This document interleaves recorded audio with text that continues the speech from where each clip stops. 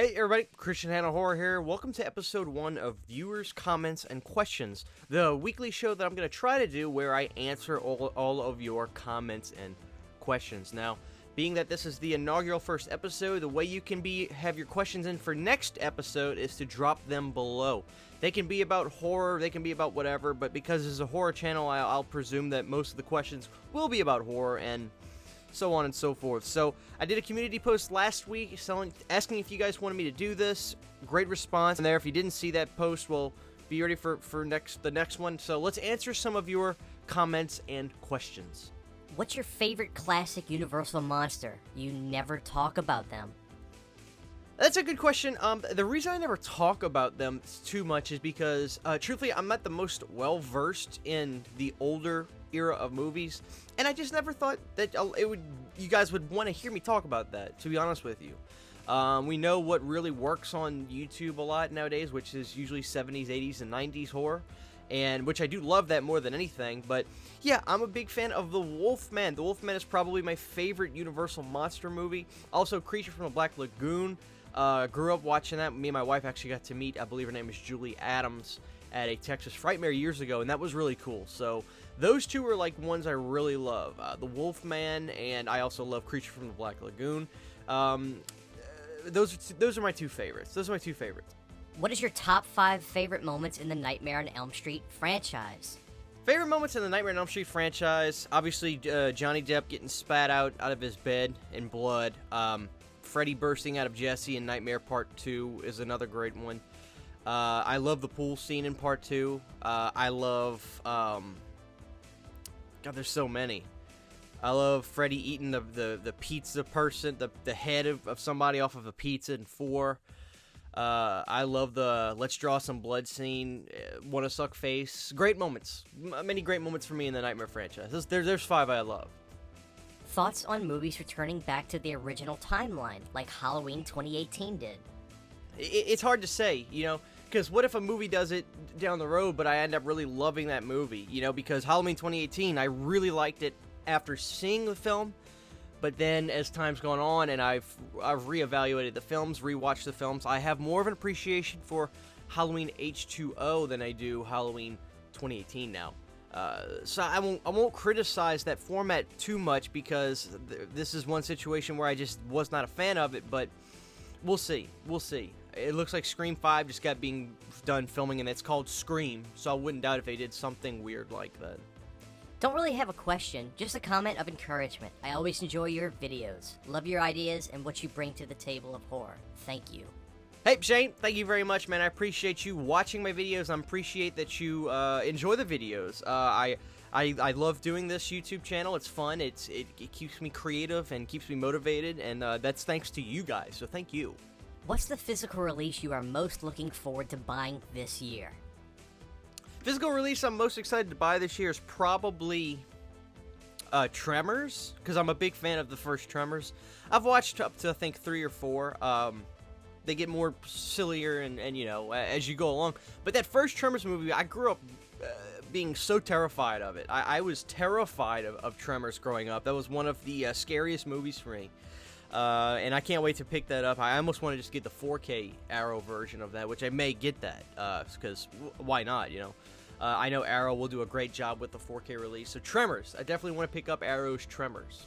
What is your favorite lesser-known slasher? Mine is No One Lives from 2012. What is my favorite lesser-known slasher? But the problem is, what I call lesser-known is probably just not true anymore. A lot of these films have become cult hits. It's by 2020. Now, 10 years ago, movies like Final Exam or movies like The Burning, for instance, were probably lesser-known hits. But a lot of these movies are just fan favorites now. So I can't really think of one that's lesser-known. But I'm a big fan of... say, there's this movie called Amsterdam I really liked, I just watched, and that's got a release on Blue Underground and stuff I've been meaning to pick up. Amsterdam, that was a really cool movie, check that out. Favorite Friday the 13th? Favorite Friday the 13th is definitely The Final Chapter. The Final Chapter has always been my number 1, I think it's the greatest slasher movie ever made. Then I like Part 6, then I like Part 1. So those are my top 3, but Final Chapter, I think, is the best one. What was your favorite horror experience? favorite horror experience is definitely meeting Doug Bradley. My very first convention I ever went to as a horror fan. I walk up to him and he's so not over the top because he's very quiet and calm, but he holds his shoulders high. He looks at you in the eyes, and he was very intimidating. But once we talked, he was very inviting and kind, and that was great. After I met him, I was like, wow, like, we just met Pinhead. We just met the Hell Priest, and that was a great experience. That was my very first person I ever walked up to at a table at a horror convention, and it set the table for me to have nothing but really good experiences. So thank you, Doug Bradley. Are there any franchises or movie that you got a sequel or sequels that you feel should have stayed a standalone film? A film that was tainted by subsequent unnecessary sequels? Love the channel, brother. Keep up the great work. I'm not really sure if there's any franchises that have too many sequels. Because the thing is, look, I mean, you look at something like Child's Play, where I fall off the rails at Seed of Chucky, which I think a lot of fans do, but if you are a fan, that's fine. But then again, because they kept going, I got more that I liked. I really love The Curse of Chucky. I think that's probably top 5 for me. So, I'm not necessarily upset when something gets tainted or if they go too high, because it doesn't change how good. I don't think it can really change how good a film is. Like, for instance, Puppet Master. Charles Mann is still milking that, but that doesn't change the fact that I really love the first 5 Puppet Master films, and so it doesn't really bother me. I don't necessarily like every sequel that comes out for franchises, but let them make them. I don't care, because it won't change the way I feel about the original films or the first films in franchises like that I love. Which horror movies actually scare you? Which horror movies actually scare me? That's a good question. The Poughkeepsie Tapes. That's a film that some people make fun of me for being scared about, but like I try to live in the movies when I watch them, and Poughkeepsie Tapes is a film that, when the lights were off, I was in the house alone and I watched that film, I was petrified of the Poughkeepsie Tapes. That movie scared the crap out of me. So Poughkeepsie Tapes is probably the #1 movie that actually frightened me.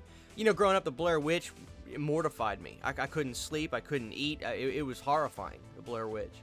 So movies like that, found footage movies, I'm typically a sucker for getting scared to buy those. Thank you, everybody. That's all the time we have for today. Viewers, comments, and questions, episode 1. Thank you guys for watching us. Again, if you have a comment or question, drop it in this video, and next week it'll be on the questionnaire. I hope you guys enjoyed this. Ask anything you guys want. It really doesn't matter, an open book, but of course it could be horror related since this is a horror channel. Thank you guys for watching this video. Enjoy your Friday. We'll see you guys next time.